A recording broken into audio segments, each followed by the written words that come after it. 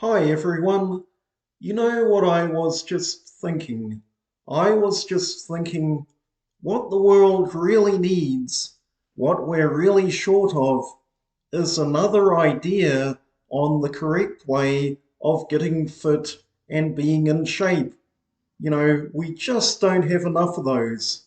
So I've thought of another one, and a redeeming feature of this one is that unlike a lot of the other ones, it actually makes a lick of sense.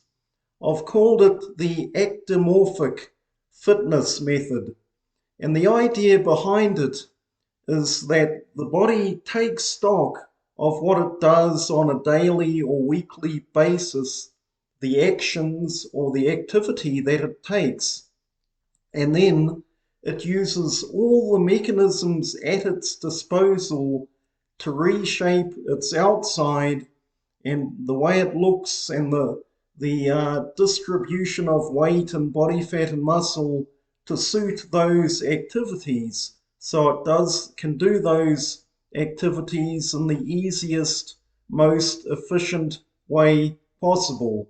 So you have a bunch of actions or activities you do in a week. That's the acty part, and then that shapes your morphology, the morphic part. Get it? Actimorphic.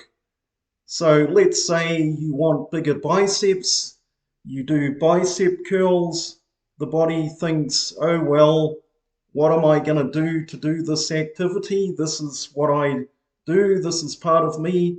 So it makes your biceps bigger. So that's pretty not very radical, that's pretty simple, isn't it?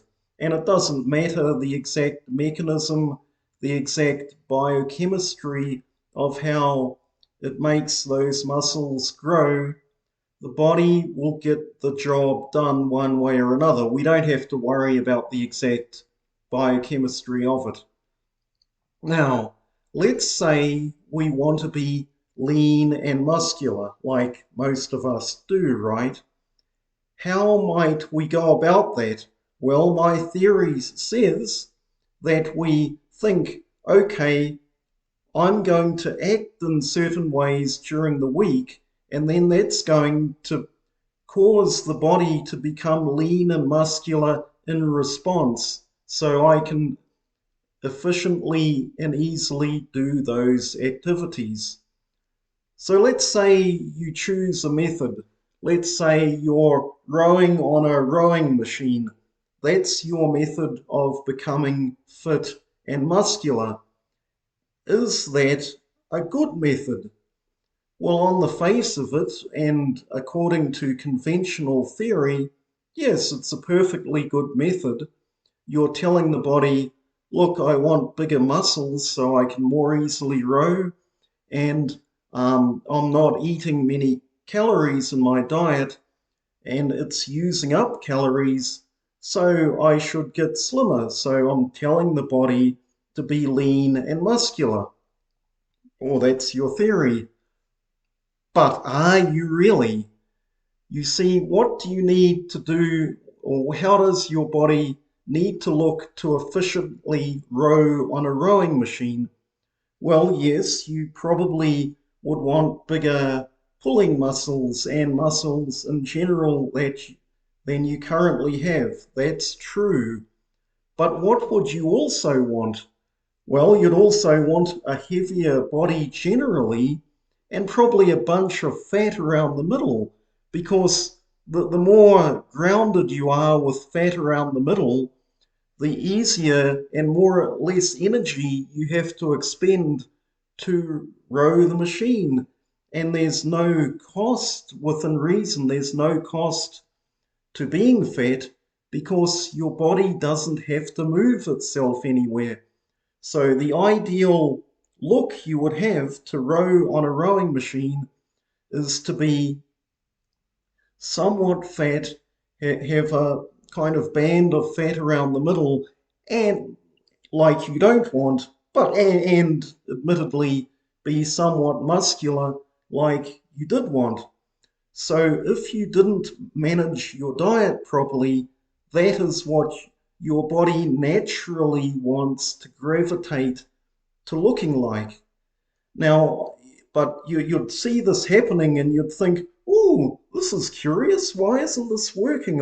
I'm getting more muscular, but I'm getting fat as well, you know. Well, you know, there's something wrong here. So maybe you'd go on a low calorie diet and your body would rebel against this because it's saying, look, you're telling me to be muscular and fat, and so give me more food. Yum, I want more calories. And you'd be saying, no, no, no. And maybe you'd eventually win. You'd eventually starve yourself into the point where the body says, oh, all right, okay, I'll have to give up this fat around the belly, which, as far as I'm concerned, is useful active tissue for the job you're telling me to do. Well, I'll just reluctantly have to give that up. And so you'd get your wish in becoming slim and muscular, whereas your body really wants to be fat and muscular. But it's much harder, so much harder than if you're just chosen a better activity in the first place, like, say, climbing up and down a rock face, an artificial rock wall, where you're telling the body from the beginning, look, you need to be strong, yes, have muscles, yes, but a light body weight as well. And then the body's mechanisms, including its appetite and what kind of foods it wants, would work in favor of your actual goal rather than against it. So, and I'll be getting on to, so what should we do in order to achieve our goal of being lean and muscular, if you're like most of us and want to do that? Well, you say that's obvious. You go to a gym, do a bodybuilding routine, and then do low impact cardio like anyone else. And of course, that can work. You know, we've seen it work. But is that the most effective way of doing it? Is it really? Well, I'd suggest that where most of us are, it isn't. And if you want to know what it is, keep watching this channel. Talk to you later. Goodbye.